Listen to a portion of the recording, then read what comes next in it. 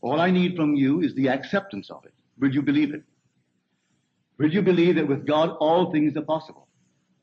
Will you believe that all things are possible to men? Well, you can prove it in the not distant future. But you are the operant power. It will not work itself. If you dare to assume this very night that you have a better job than you now hold, or that you have a larger income, you may be fired tomorrow. Don't be concerned. On reflection, you'll see it was necessary to move you towards the fulfillment of your assumption. You could be fired.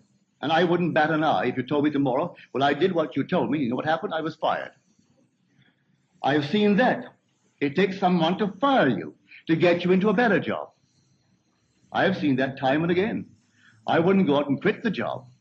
You may be promoted in the job, or you may be invited by some other concern that is competitive to join them. I do not know how it happens. I only know if you remain faithful to the assumption, it's going to happen, and you're going to be promoted towards the fulfillment of the state that you have dared to assume that is yours. I could tell you unnumbered stories along this nature. So here I say, dwell in the end. The end is where we begin. For if I've seen my name on the marquee, that's the end. I don't wait for the incident to take place in my world to move from one to the other, leading up to that. I dwell in the end. If I go to the very end, what would it be like were it true? A health case, not how it's going to become better, but you go to the end. And you say to someone who isn't well, and in your mind's eye you say to them, you know, I've never seen you look better. And have them say to you, I've never felt better. Well, now that's confirmation of what you're seeing. You say, I've never seen you look better. And hear them say to you, well, I have never really felt better. But you may say to me, well, I can't hear people. Oh, yes, you can.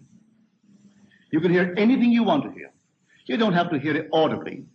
Listen this very moment. You may not be able to whistle a tune. Maybe you can carry a tune in any manner whatsoever. You can play an instrument. You can whistle. You can sing. Well, can you now imagine that you are hearing the battle hymn of the Republic? Listen, can't you hear it?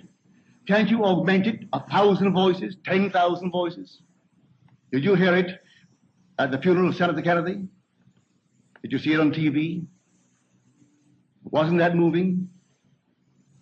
When the organ began to peal, and suddenly that lovely soft voice singing it, and the whole thing became, well, the whole vast TV world was filled with it.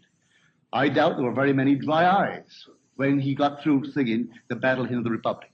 Well, I can sing, I can whistle the tune, but I can just right now, I'll stand here and listen and hear the entire thing swell. If I tried to duplicate it with my voice, I couldn't do it, but I can hear his voice as he sang it. You can hear anyone's voice. You can hear the speaker's voice. Tonight alone, you can hear my voice, and you can put upon my voice what you want to hear. And unknown to you, I will find myself telling you. Something will happen to confirm what you're hearing. So you can do this for good or ill. I advise you, do it for good. But the choice is yours. You can hurt and you can bless, but don't hurt.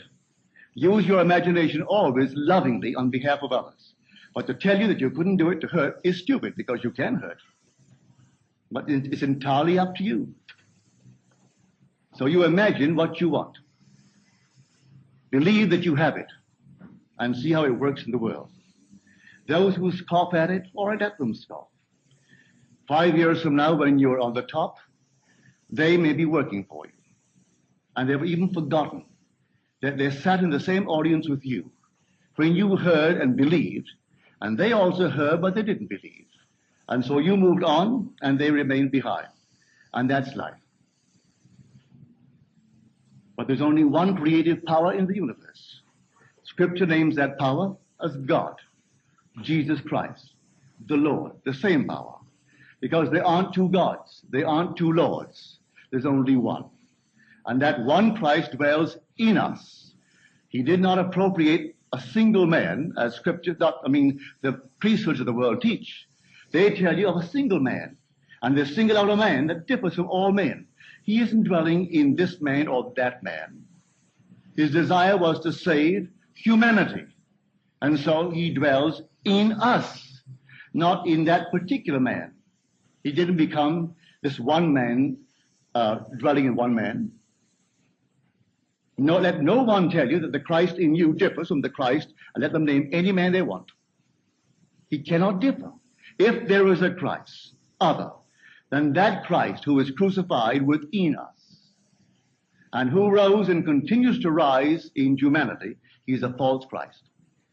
And the teachers who teach of an external, objective, different Christ are false teachers. Christ is within, and he rises within. And so you go out and put it to the test. Put it to the extreme test. Christ in us, not out there, is the hope of glory. So this word of which I speak, and the word, by the way, its true definition is meaning.